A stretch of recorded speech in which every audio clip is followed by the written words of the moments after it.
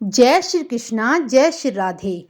अर्चना के कृष्ण गुणगान चैनल पर आपका स्वागत है। आज मैं आपको मोहिनी एकादशी की तिथि, शुभ मुहूर्त, पारण की तिथि और उसकी कथा सुना रही हूँ।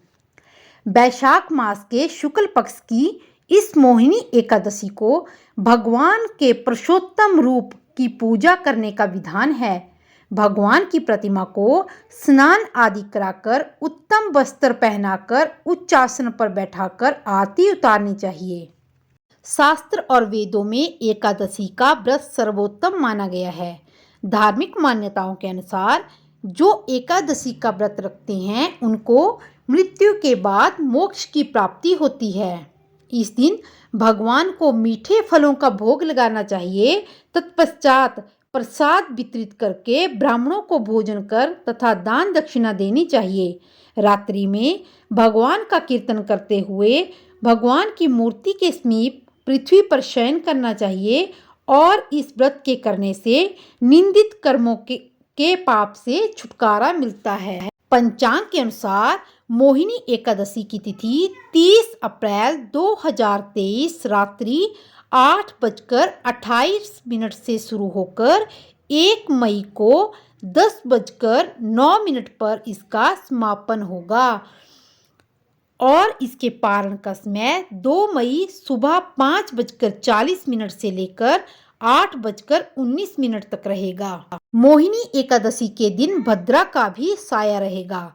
उस दिन भद्रा 9:22 से शुरू होकर 10:09 तक रात्रि को रहेंगी और उसी के साथ इस दिन रवि योग भी बन रहा है जो 5:41 से शाम 5:51 तक रहेगा।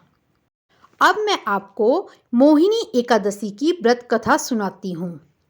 युधिष्ठिर जी ये कथाएं बड़े मने योग के साथ सुन रहे थे। अब उन्होंने विनीत भाव से कहा कि हे नटवर नागर, वैशाख मास के शुक्ल पक्ष की एकादशी के बारे में भी कथा सहित सब बातें मुझे उसी प्रकार बतलाइए जैसे आपने अब तक बतलाई हैं।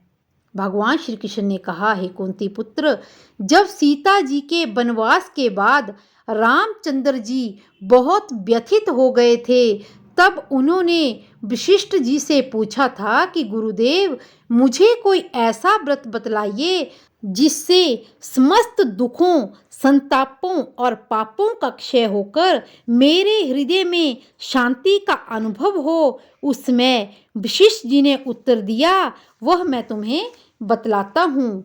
महर्षि वशिष्ठ जी ने कहा कि हे राम, आपने कोई पाप नहीं किया। आपका तो नाम लेने से ही मनुष्य के सभी रोग शोक मिट जाते हैं। यह प्रश्न आपने लोकाहित की भावना से किया है।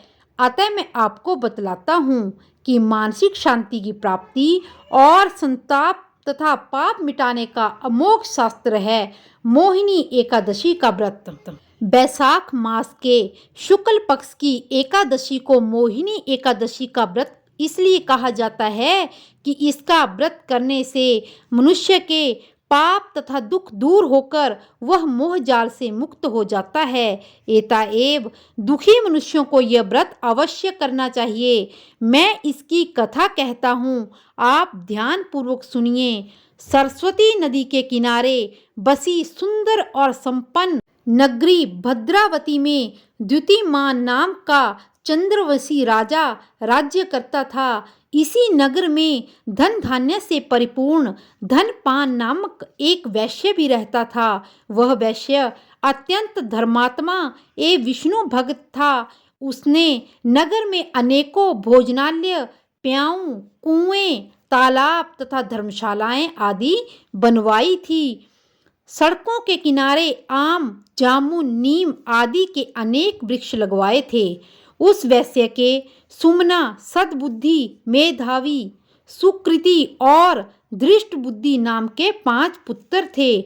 उसके 4 पुत्र तो धर्मात्मा थे, परंतु सबसे छोटा बेटा दृष्ट बुद्धि महापापी, लंपट और दुराचारी था। वह वैश्याओं और दुराचारी मनुष्यों की संगति में रहकर जुआ खेलता, दूसरों की स्त्रियों के साथ भोग विलास करता तथा मद्यपान का सेवन करता था। इस प्रकार अनेक कुकर्मों में फंसकर वह अपने पिता के धन को नष्ट करता था। इन्हीं कारणों से उसके पिता, भाइयों तथा कुटुंबियों ने उसे घर से निकाल दिया। घर से निकाल देने के बाद सब धन नष्ट हो जाने पर वैश्यों तथा दुष्ट संगी साथियों ने उसका साथ छोड़ दिया। अब वह भूख और प्यास से अत्यंत दुखी रहने लगा। तब उसने रात्रि के समय चोरी करना आरंभ कर दिया। एक दिन वह पकड़ा गया, परंतु राज्य कर्मचारियों ने उसको वैश्य का पुत्र जानकर छोड़ दिया। परंतु जब वो दूसरी बार पकड़ा गया तो उसके राजा के सामने उपस्थित कर दिया गया। राजा ने उसे दंडित कर कारागार में बंद कर दिया। कारागार में राजा ने उसको बहुत दुख दिए, फिर उसे नगर से निकाल दिया गया। अब वह वन में रहकर जानवरों के शिकार को अपना जीवन यापन समझने लगा।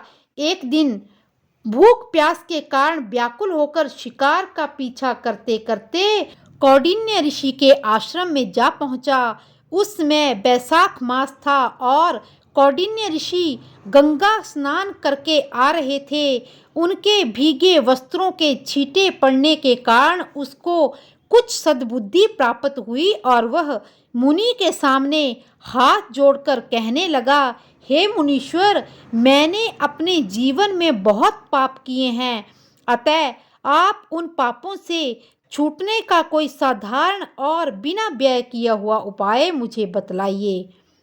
उसके दीन वचन सुनकर ऋषि कहने लगे कि ध्यान होकर सुनो कि तुम बैसाख शुक्ल एकादशी का व्रत करो।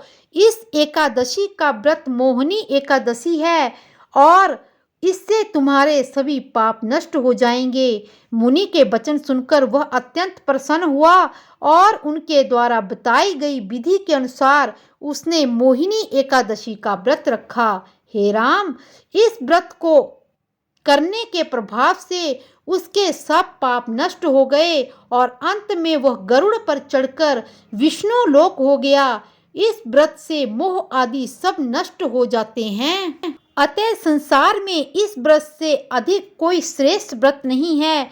इसके महात्म्य को पढ़ने और सुनने से 1000 गोदान का फल प्राप्त होता है। इसी प्रकार की और भी कथाएं सुनने के लिए मेरे चैनल को लाइक, शेयर और सब्सक्राइब करें और कमेंट बॉक्स में जय श्री कृष्णा अवश्य लिखें।